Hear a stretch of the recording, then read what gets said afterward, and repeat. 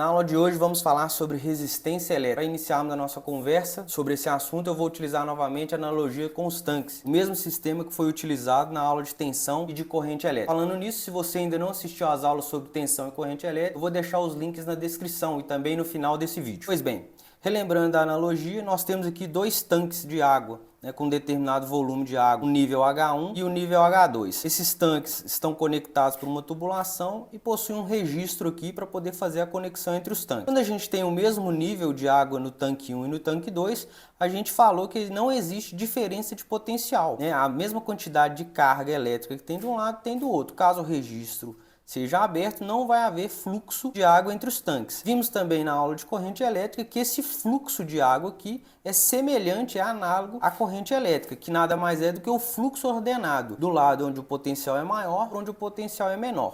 Por isso a gente teve os dois exemplos aqui de baixo, onde eu tenho no tanque 1 um maior fluxo, uma maior carga elétrica, o tanque 2 com uma menor carga elétrica. Então existe uma diferença de potencial entre os dois tanques. Se o registro estiver fechado, não há fluxo de corrente, pois o canal está interrompido. Mas se eu abro o registro, como eu tenho um condutor ligando um tanque no outro, o tanque que possui um nível maior de água vai ceder esse volume excedente para o tanque que tem menor nível de água. A gente chama esse nível de diferença de potencial e esse fluxo de corrente elétrica, esse fluxo de água de corrente elétrica. Para falar sobre resistência, a gente precisa entender o seguinte: o que é a resistência? Nesses tanques, para que a água que esteja no tanque de maior nível flua para o tanque de menor nível, essa água ela precisa circular pelo condutor. Esse condutor ele oferece uma resistência à passagem dessa água. Quais fatores determinam essa resistência aqui nesse tubo? O principal dele é a bitola do tubo. Quanto mais grosso, quanto mais espesso for o tubo, mais água vai passar por unidade de tempo. Se esse tubo for um tubo fininho, vai passar menos água por esse tubo. Então, essa espessura desse tubo determina, por exemplo, a resistência. Outras coisas também influenciam, como a distância do tubo, o material que é feito o tubo, a rugosidade, o acabamento interno desse tubo, tudo isso interfere. Se esse tubo não tivesse resistência nenhuma, é como se toda a diferença de carga do tubo do tanque maior passasse automaticamente para o tanque menor. Isso não acontece. A água vai fluindo ao longo do tempo até o tanque 2. Essa característica de se opor, de limitar a passagem do fluxo de cargas, a gente dá o nome de resistência. E aí a gente entra de fato na nossa aula de hoje de resistência elétrica. Resistência elétrica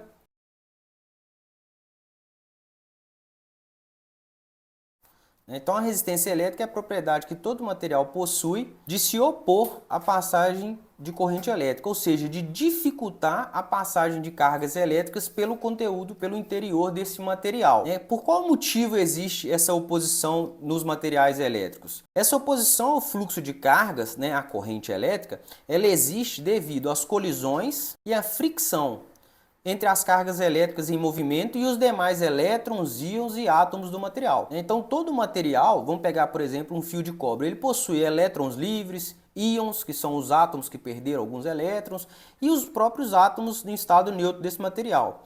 Quando há um fluxo de carga, todo esse fluxo ele tem que entrar em contato com esses elétrons, íons e átomos. Ao entrar em contato com eles, eles vão se colidir. Nessa colisão haverá uma fricção, e por física a gente sabe que onde há fricção há geração de calor e também uma dificuldade para que isso seja passado. Qual é o símbolo e a unidade da grandeza elétrica? Resistência. O símbolo da resistência elétrica é esse, é um dipolo, aqui como parecendo uma mola, e a unidade de medida é o ohm, simbolizado pela letra grega ômega. Então a gente fala, por exemplo, que um resistor qualquer, R, possui uma resistência, aí eu vou usar aqui um exemplo, de 10 ohms. Então a gente escreve dessa forma, A resistência R tem uma resistência de 10 ohms, usando a letra grega ômega. Mas o que interfere, de fato, no valor dessa resistência, para determinar se ela é 10 ohms, 20 ohms, 30 ohms? A resistência elétrica ela tem o seu valor alterado em função de 4 elementos. Então, toda resistência elétrica ela é influenciada por 4 elementos. São eles o material com que é feito o condutor, o comprimento desse condutor, a área da seção transversal e também a temperatura onde esse condutor está trabalhando. aqui a gente vai poder explicar melhor como esses 4 elementos interferem na resistência. Então vamos simular aqui a área interna de um condutor. Eu vou pegar aqui um pedaço, um fio de cobre qualquer, tamanho L, comprimento, uma certa área de seção transversal A e um determinado material, aqui eu vou utilizar o cobre. E vou pegar um mesmo condutor, de mesma área de seção transversal, de mesmo comprimento L, mas agora de material diferente. Vou pegar aqui um material de prata, por exemplo. E são 2 metais na tabela periódica que apresentam boa condutividade, baixa resistência. Cada material ele possui aqui os seus átomos, seus íons e seus elétrons. O cobre em certa magnitude, os cristais de prata em outra magnitude. Então aqui vou representar aqui os elétrons. Para que flua aqui um fluxo de carga, ou seja, passe por aqui uma corrente elétrica, esses elétrons que vão circular nesse fio de cobre, eles têm que passar por esses átomos existentes no material. Aqui no de prata também. Então, quanto menos átomos livres, elétrons livres eu tenho aqui no condutor, melhor será a minha condutividade, ou seja, menor será a minha resistividade. Cada material possui uma resistividade que a gente chama de ρ, que é uma letra grega também. Essa resistividade é a propriedade que o material tem de se opor à passagem de corrente elétrica. No caso específico do cobre, da prata e aqui eu trago também do ouro, a gente tem algumas resistividades tabeladas. Por exemplo, a da prata vale 1,59 vezes 10 a menos 8 ohms por metro, ou seja, a cada metro de fio de prata eu tenho essa resistividade. No cobre, 1,7 vezes 10 a menos 8 e no ouro, 2,4.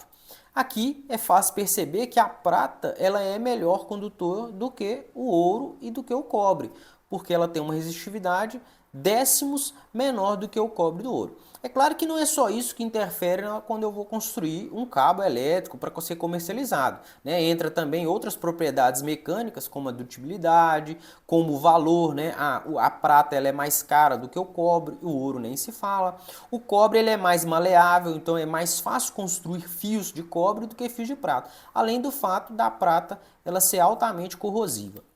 Então, o material determina a resistividade graças a esse dificuldade, né, que o elétron livre tem de circular sobre esse material.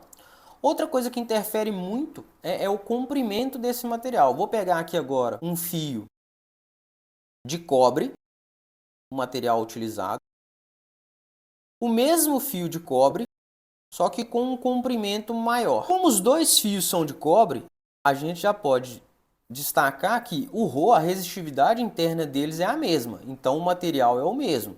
A área de seção transversal aqui, a espessura, a grossura desse cabo também é a mesma. Então ele apresenta aqui uma certa estrutura interna, a mesma desse outro cabo, a mesma área, então o ρ é igual, né? Cobre, ρ, cobre, o ρ. A mesma área, só que esse aqui tem um comprimento L1, esse aqui tem o comprimento L2. É nítido que o comprimento L2 é maior do que o comprimento L1, ou seja, o fio L2 ele é mais longo do que o L1. Como ele é mais longo, vamos fazer aqui uma simulação aplicando uma tensão elétrica. Porque quando eu aplico uma tensão elétrica no condutor, haverá um fluxo de carga.